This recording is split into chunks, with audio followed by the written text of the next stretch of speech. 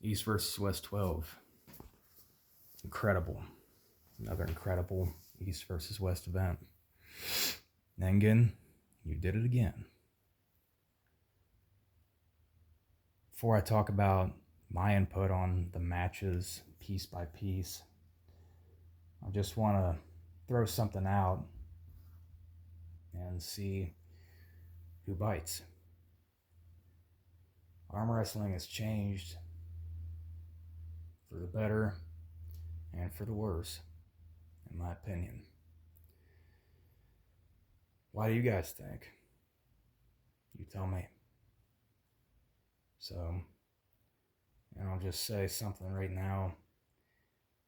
I remember when matches began and ended in booths and bars, and then in rest stops and dinners at houses and training. Now it ends with events and it begins with comments. And I can almost see a correlation with how, regardless of the brackets and how many competitors there are, that there is a separation of just getting to know one another. And I would almost compare this to kids that play on under a tree with a tire and a rope as a swing versus 50 kids that go to a playground that's as big as my fucking house that has all kinds of monkey bars and everything else, stuff I've never even seen before, and we're bringing our kids there and they get overwhelmed. So they focus on the aesthetics of the playground and just want to use the tools of the playground instead of pushing one another on a tire with a rope.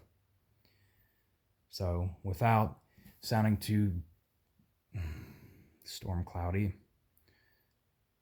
I'll just talk about the matches. So piece by piece, and each match. Damn, what a nice card this was. Brandon Elsesor versus Stoyan Golmenov. I'm sorry if I pronounce a lot of this incorrectly. Brandon really gave it what he thought he could do on the table. And from what I can see, Brandon is a guy who would favor going outside with a lot of back pressure initially because he's very confident in his bicep and he knows he can defend with that without his hand even before he would ever go inside. Stoyan is somebody who has been, I wouldn't say one-dimensional, but he has been very sharpened in his top roll ability for a long time.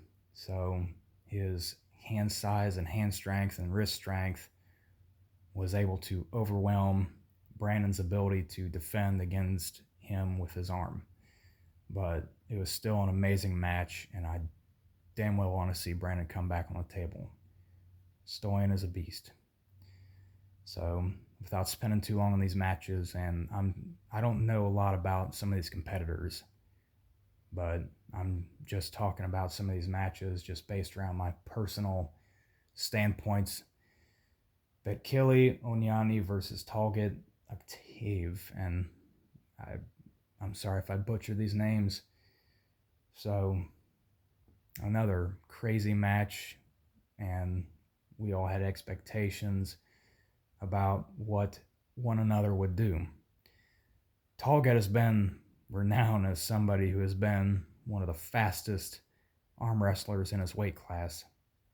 And I think what most people would interpret as total dominance and speed and strength would be neglecting the fact that Talget was probably trying to figure out what to do against somebody who was so tall with a big hand and who is very powerful inside and can defend inside very well. And that's what I really seen in that match. But impressive match. This card was another great day for Georgia. Kazakhstan is just insane. Watching kids as young as my son start on the table so dominantly and know just perfectly what to do in setups and how to pull, what to do against certain opponents with their styles and what their opponents will try. It's just crazy how Kazakhstan trains so young. And there's people who start, in their 30s, 20s, 30s, 40s in beginning training for arm wrestling. But Nazary Chikadze versus Petro Manharant. Wow. That is going to be a match that has a lot of replays.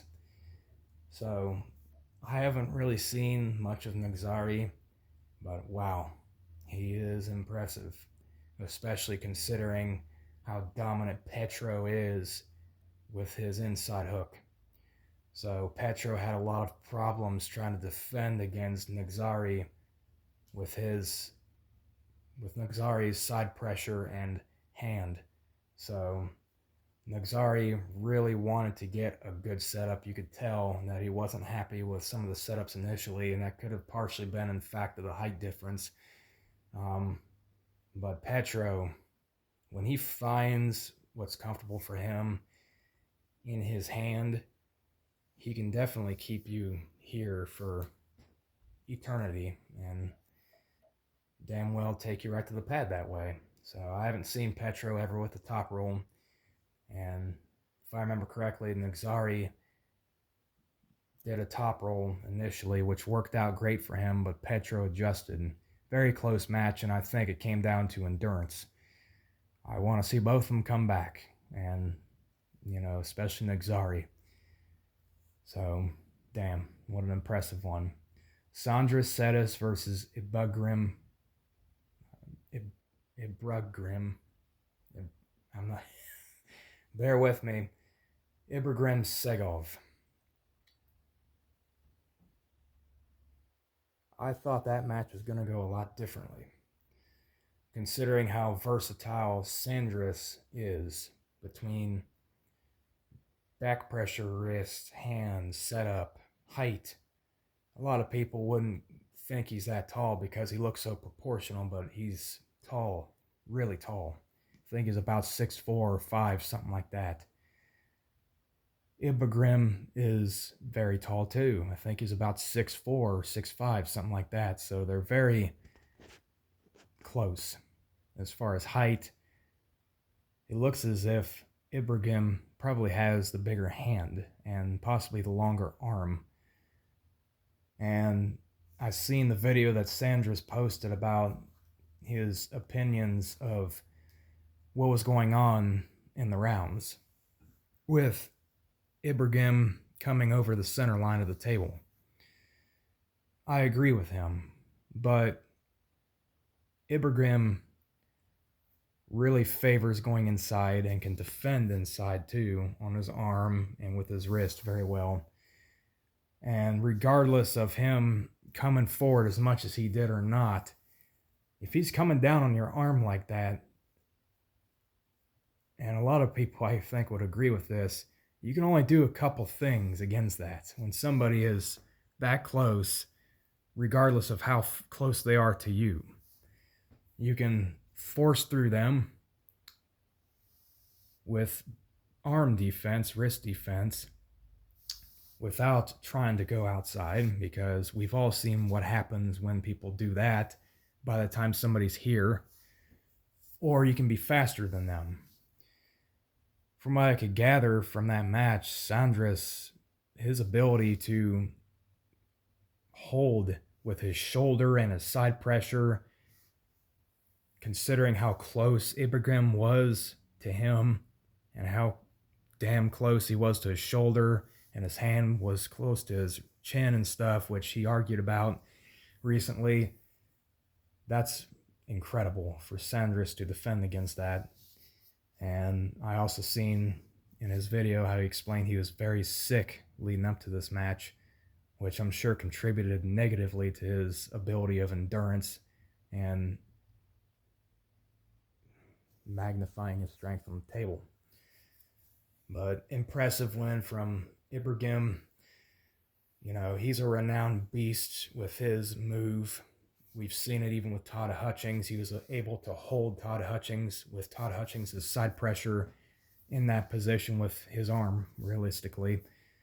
So, crazy win for him. Did he cheat with his center line shoulder over? I don't know. Personally, I don't think it would have been much different. But I would love to see Sandris come back and face him again left. So, Fia Rysik versus Ekaterina Nikasheva. I haven't seen much of Ekaterina, but Ekaterina is a legend. Her height and ability to low hand top roll and get a good hand purchase with her finger flexion is very renowned in the women's class. And I think Fia knew that she had to come in as strong as she could possibly be, and she did. There was a strength difference, and you could see that in just about every single round. With hand, wrist, arm, there was a little bit of gain in the hand from Ekaterina. She was trying a lot of different things with the setup, trying to figure out a way to defend against Fia. I think to win against somebody like Fia, aside from strength, comes down to the best possible setup on the verge of cheating you can get.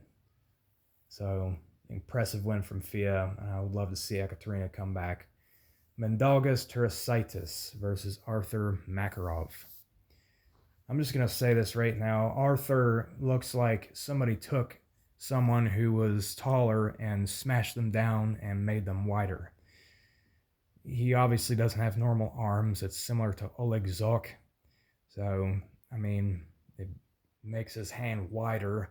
Whether or not that gains much strength is to be determined, maybe, depending on the opponent, but it looks like he was able to grip high and low, which Mindaugas probably didn't favor with his ability of holding in a low hand, opened up.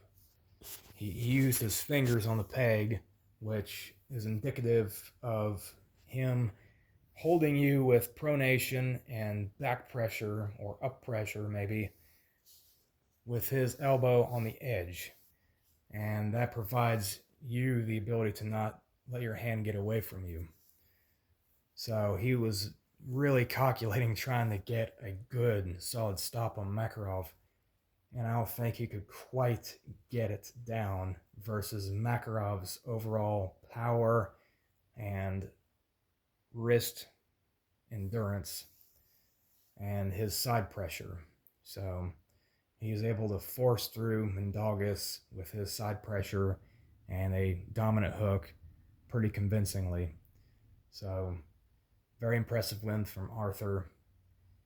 And whether or not he's able to keep his title really just depends on the opponent, I think, for Arthur. We've seen him have some problems against certain individuals. So, I think maybe the best way to combat somebody like that is to be stronger inside against his inside move. So, Tobias Sperong versus Kamil Jablonski. Once again, Kamil comes in very impressively. So, Tobias really wanted the straps, and from what I can really gather from Tobias, he's not somebody who, unless he's fully comfortable in doing so, would pull without straps. So, I think Tobias maybe focused too much on that instead of focusing on trying to meet Kamil in a way that would combat his very strong move. So, and that was perpetual throughout rounds. Impressive win from Kamil. I could tell Tobias wasn't happy. But Tobias is fucking terrifying on the table. You've seen what he's been able to do. Kamil is just massive, and when he comes down on your arm, it's very hard to try to pull out, no matter who you are, when he's already bringing you so close to the pad. So impressive win. Leonidas Arcona versus Schoolboy. I think a lot of people was thinking that Schoolboy was going to, just like he talked about, show him different strategies and outclass Leonidas. I think it just boiled down to solid damn strength. Solid strength and what Leonidas is really good at. In my experience, when everybody's different, but when you're strong at something, you're always going to be strong at that. You can make yourself strong in every single anything that you do, any kind of movements. But if you're naturally strong already in one thing or a couple things in one lane, one style, you're always going to be strong, and you should probably emphasize on that a lot. So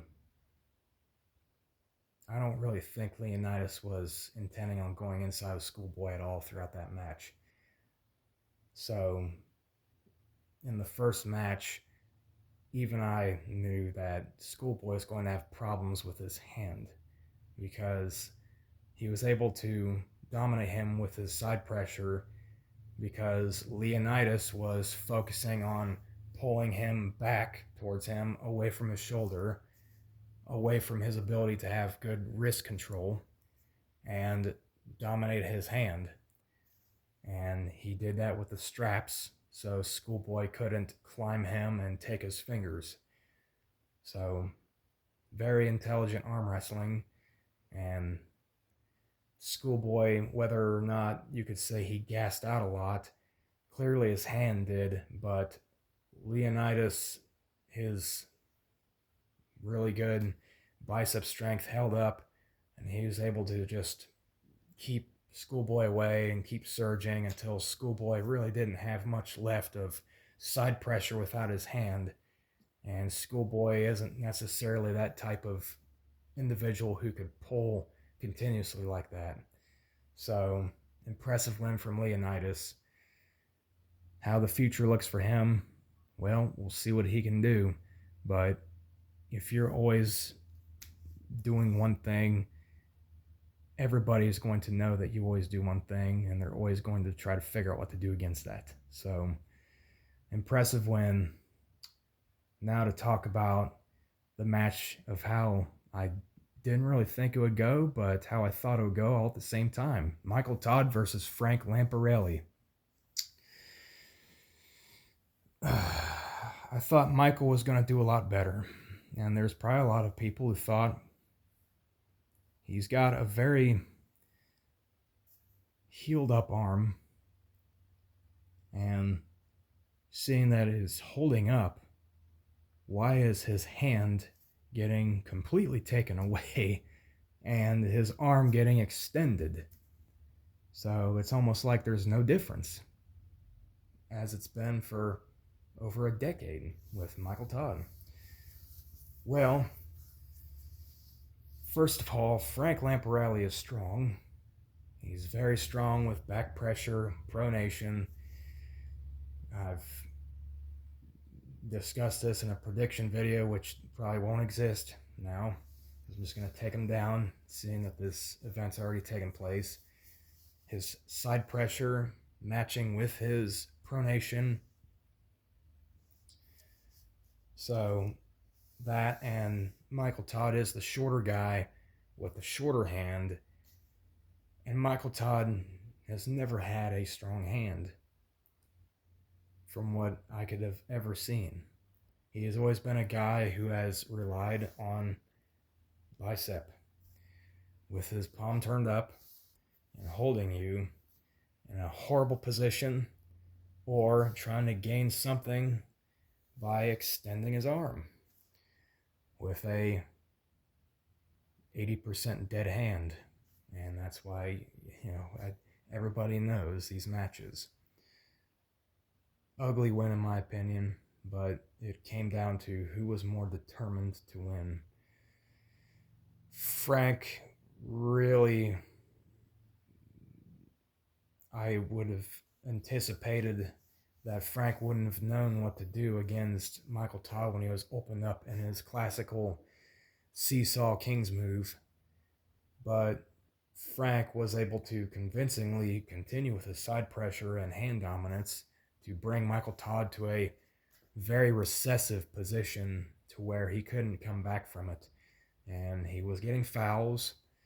It was an ugly match, in my opinion. It was. Michael Todd arguing with the referees about his humorous position, everything else set up, the fouls he was getting, But it came down to who's more determined to win, and that's how I knew from the beginning that Michael Todd would win, not whether or not Frank was going to dominate him. It came down to what would Michael Todd do to win, and he did. So kudos to Michael Todd. Whether or not people like it or not, he won. And whether or not I think he's going to win continuously, Michael Todd has never won continuously, in my opinion, and from what I've seen. So Michael Todd has to find a way to improve where he's weak, at least a little bit, if he can. So anyways, there's that. So, David Smuchia versus Nurdalet Agdarkin. That was a match where I really thought that there was going to be a new belt holder. There's going to be a change in title.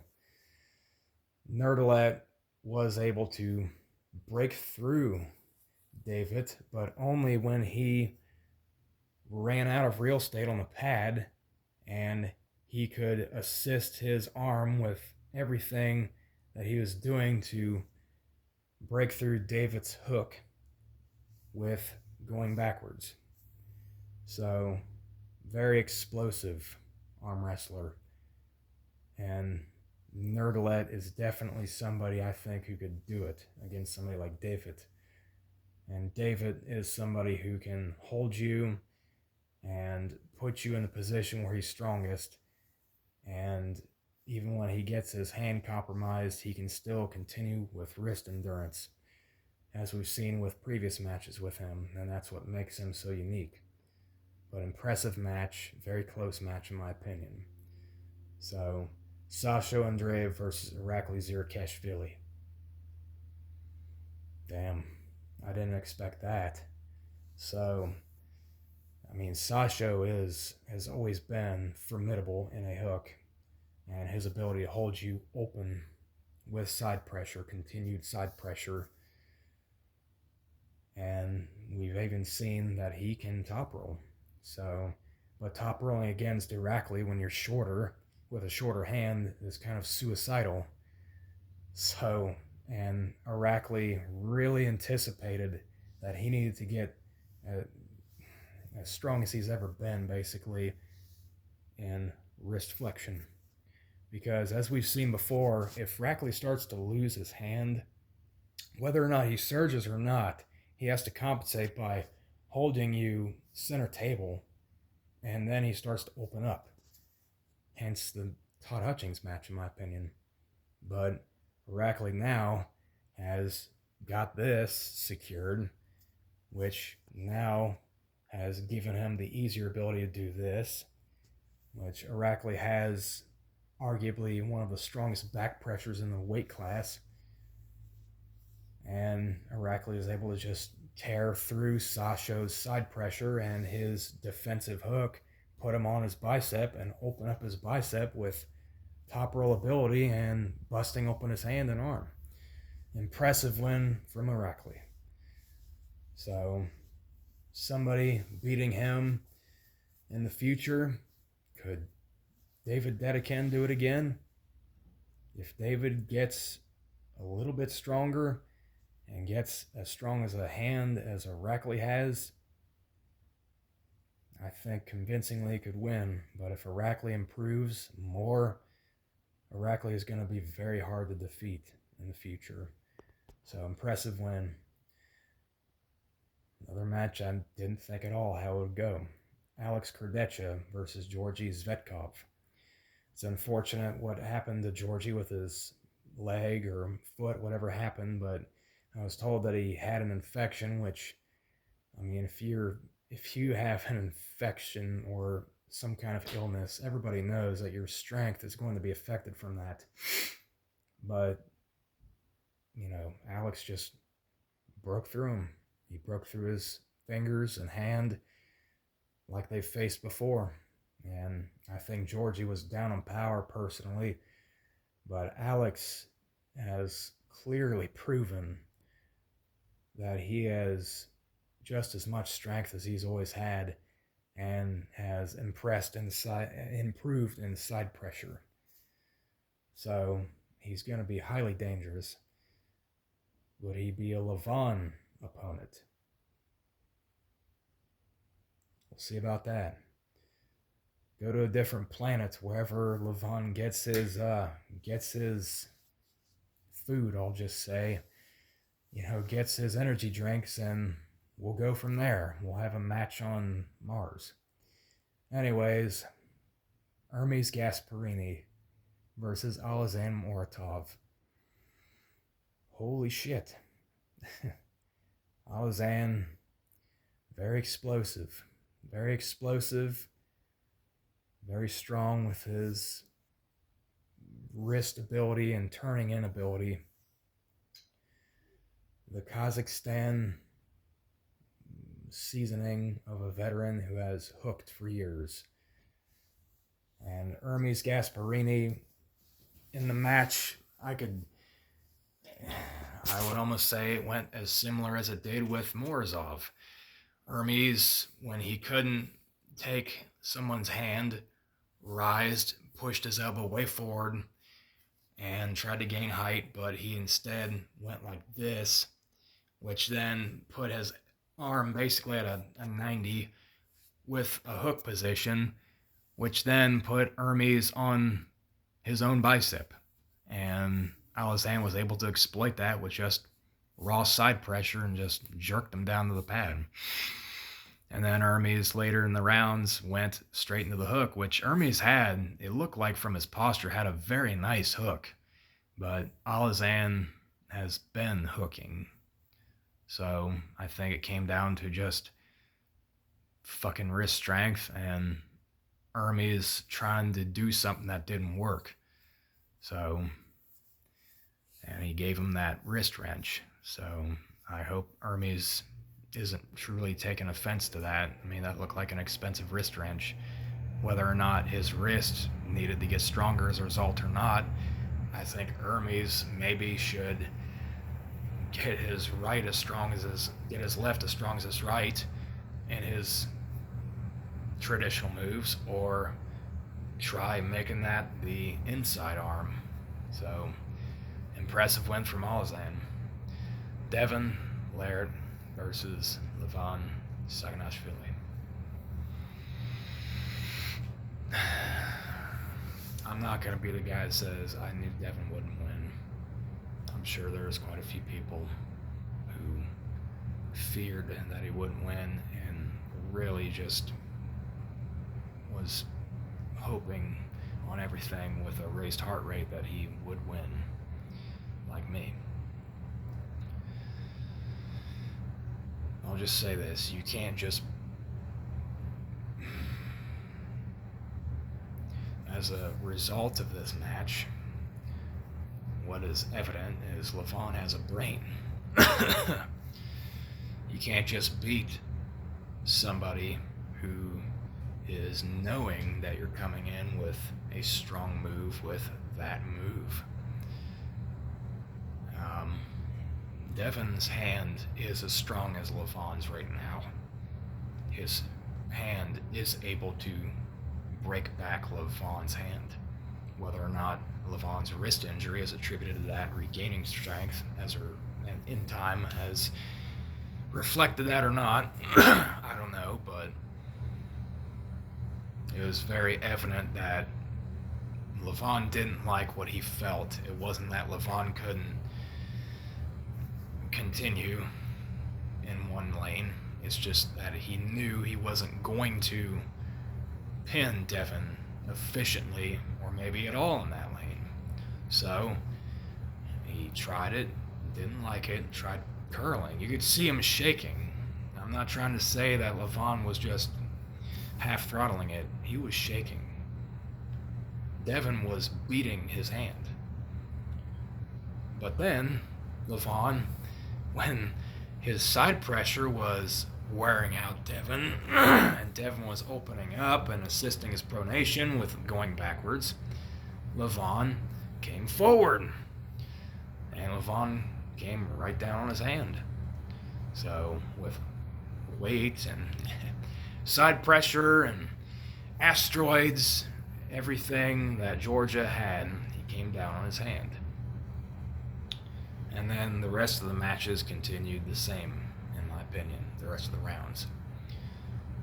Devin going outside trying to break back Levon's hand, but I think Devin may have spent some kind of reserve he had against Levon, and then Levon got confident with his wrist and just used cupping ability and side pressure and enough back pressure to do the job, just like I've seen before in the previous match.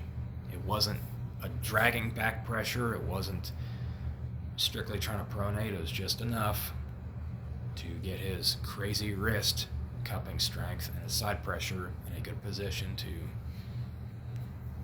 just take him right down to the pad. The future for Devin, it's anybody's good guess. He's stepping down a weight class. Can anybody defeat him in that weight class? I really don't think so. But I think if, just like anybody, if you are the best in one thing, there's everybody who's going to want to compete against you, wanting to beat you against that one thing. And if you're defeated against that one thing, and you have no other way to counteract what the individual is doing against you with that one thing, there's a chance that you probably will lose. So, insane match. I don't think they'll ever compete again against one another. I really hope that Devin continues to be the Voyager he is of arm wrestling, and instead of climbing up something as a peak just to climb back down, he walks down the even path to see the endless eternity that awaits him, and that's the sport. So anyways, just figure I'd put my input on the matches. Wild card, another amazing event from Engin Terzi. I look forward to the next one, and watching Devin pull against David. Well, hopefully David comes in strong, because if David loses his wrist, I don't really think that he is the prime presser that can press through Devin in that weight class. So, but anyways, stay strong, everybody.